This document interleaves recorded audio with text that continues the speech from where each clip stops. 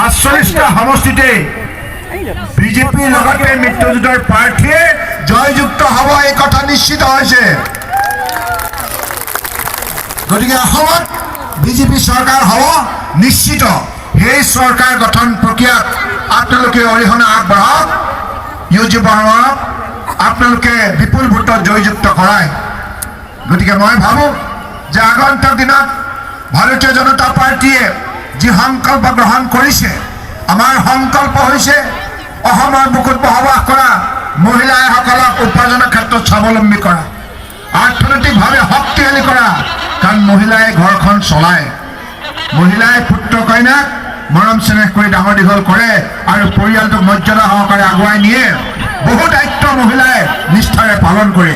সেইবাবে অসমৰ বুকুত মহিলাসকলক শক্তিশালী কৰাৰ উদ্দেশ্যে অৰুণোদয় আঁচনিত বৰ্তমান 830 টকাৰ পৰিৱৰ্তে আমি সিদ্ধান্ত লৈছোঁ অহা কাৰ্যকালত 830 টকাৰ পৰিৱৰ্তে 3000 টকা 30 লাখ মহিলাই একাউণ্টত জমা কৰিম।